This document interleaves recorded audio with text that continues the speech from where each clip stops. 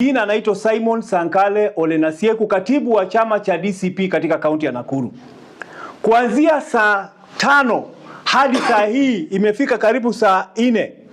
Tumekuwa tukigojea uamuzi wa mahakama ya High Court kuhusiana na kesi ya Gachagua. Na mimi ningependa kusema kwamba hakika imedhihirika waziwazi ya Gachagua na mawakili wake walikuwa wamesema hawa majaji watatu wakiongozwa na Ogola, Frida na Murima wajitoe katika kesi hii. Na imedhihirika leo waziwazi ya kwamba hakuna haki katika mahakama za Kenya. Na the only person ambaye alikuwa na justice katika taifa la Kenya ni yule alikuwa anaitwa Chief Justice Maraga.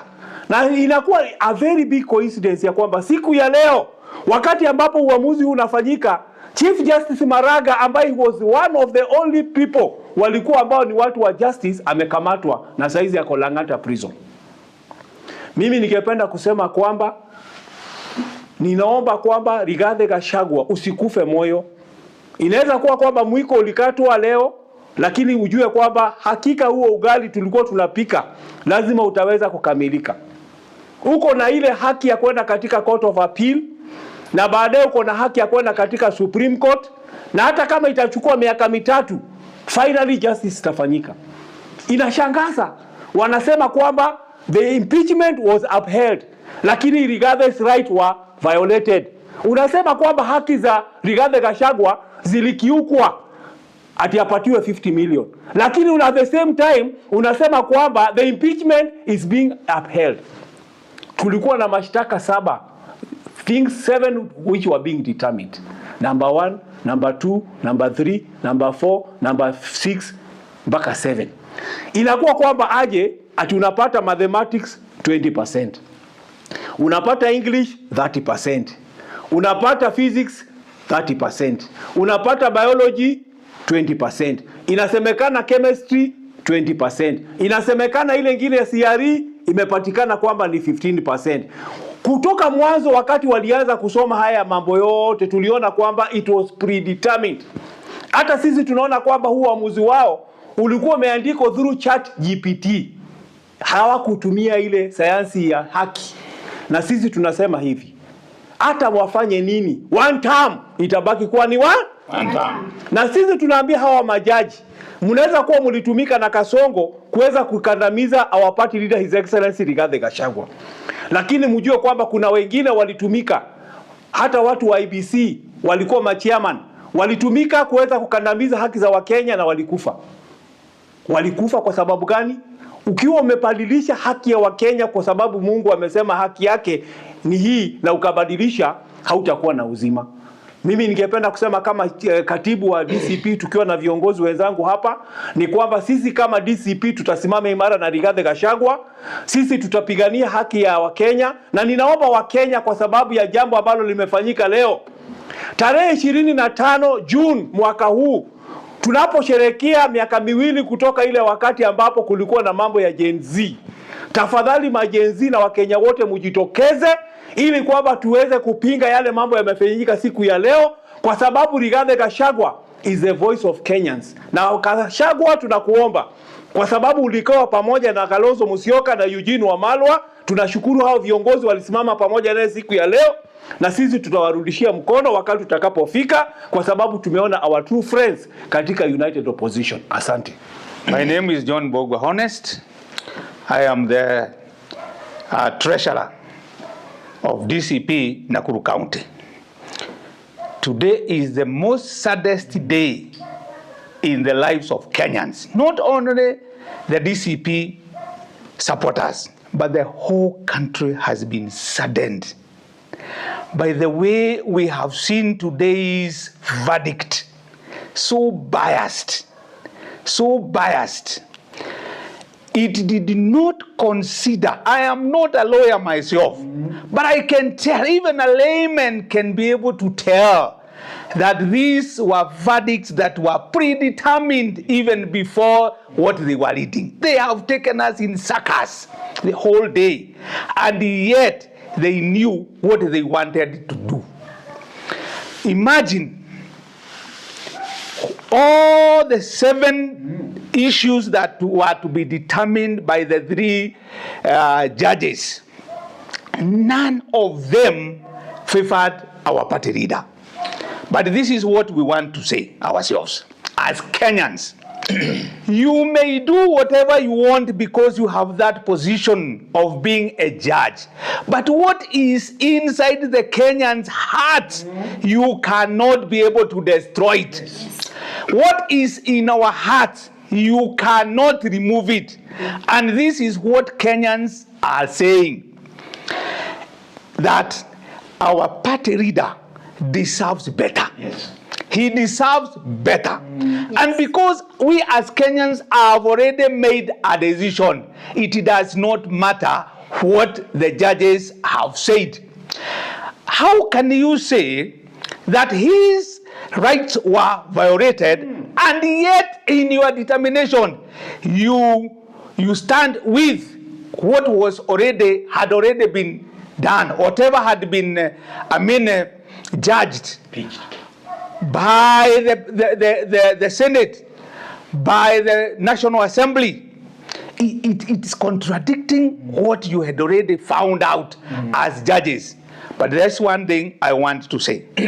As the people of Kenya, we are determined to support our party leader. Yes. And we are going to work with him up to the end. Yeah. And one term remains. One term. Whatever happens, one term remains. What we have already decided as Kenyans is that Kasongo must go. Yes. Kasongo must go. And this is the agenda all Kenyans have already decided that Kasongo must go. And come 2027, the verdict of Kenyans will be determined on the ballot box. So we want to encourage our party leader. We are with you. We are working with you. We are going to support you. We are going to work with you up to the end. And what we have decided will not be thwarted by what the judges have done. Yes. Aruta, continua. Aruta, continua. And that is what is going to happen. Amen. My name is Owino.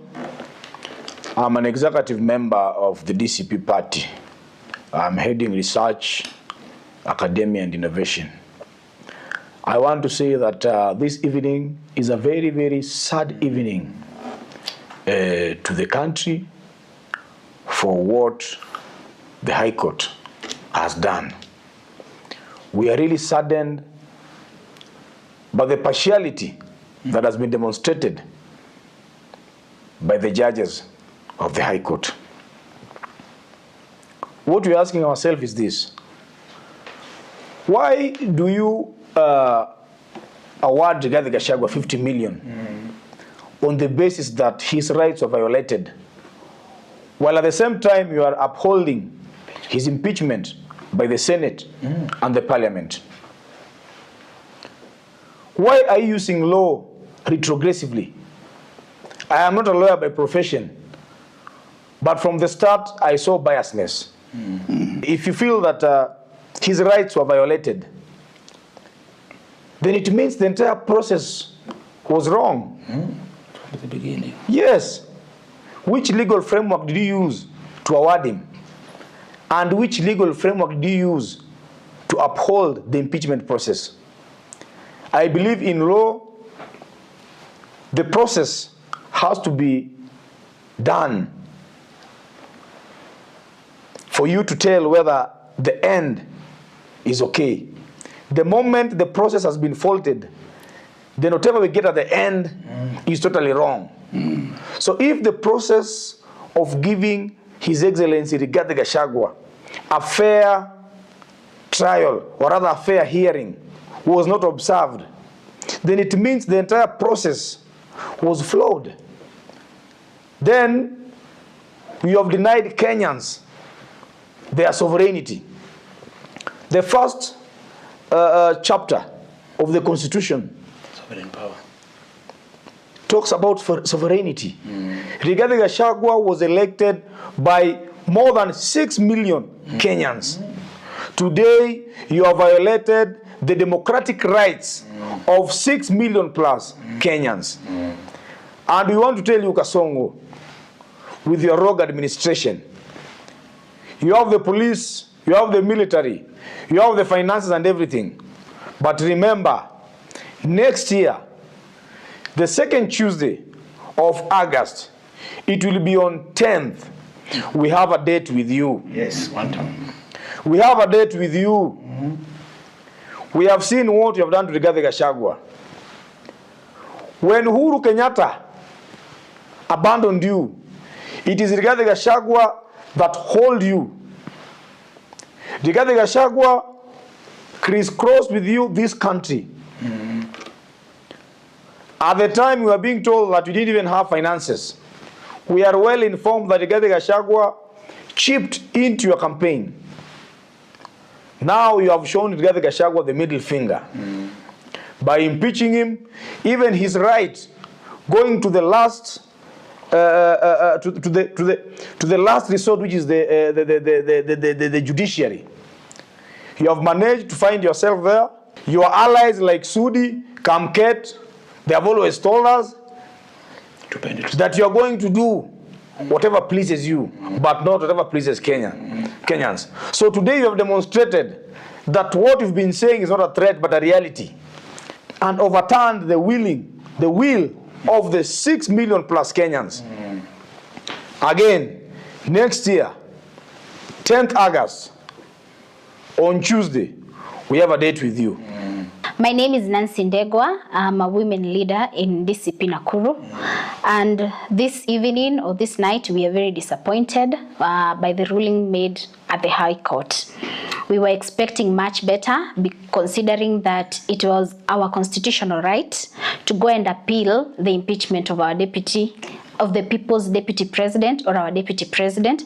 But unfortunately, the High Court never ruled in our favor, because for us, we feel they were working for someone who categorically we look, let's say they were working for the president, and they gave a ruling according to what they were told. Because from 12:45 p.m. we were waiting for the ruling, but they kept us waiting, and it has been hours later. As a woman leader, I wish to urge all the women across the country of Kenya that let's continue standing firm behind the deputy's people's president, and he remains our leader. We are not hatuhami DCP, chama bado ni DCP, na DCP iko imara.